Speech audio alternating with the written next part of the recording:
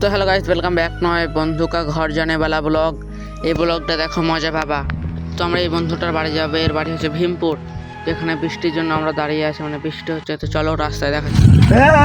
अबे साले ও ভাই, বুক पे लग गया। मतलब वो अलग ही लेवल का बंदा था। তো এই দেখো কালো বন্ধু চেন পড়ে গেছে সাইকেল থেকে।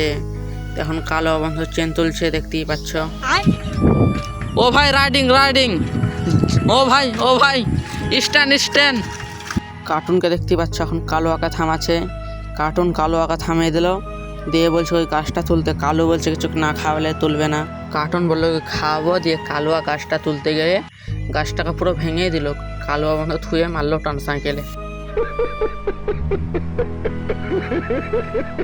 এই দেখো, এটা হচ্ছে আমার কার্টুন বন্ধুর গাছের ফল। বেশি বড় না, তাও ও মুখে হাসি দেখো কত। বাড়ি আসার সময় আমার জুতো ছিঁড়ে গেল, দিয়ে আমার ইগোতে লেগে গেল। তো বাড়ি এসে নতুন জুতো কিনে নিলাম, সেম টু সেম ইগো।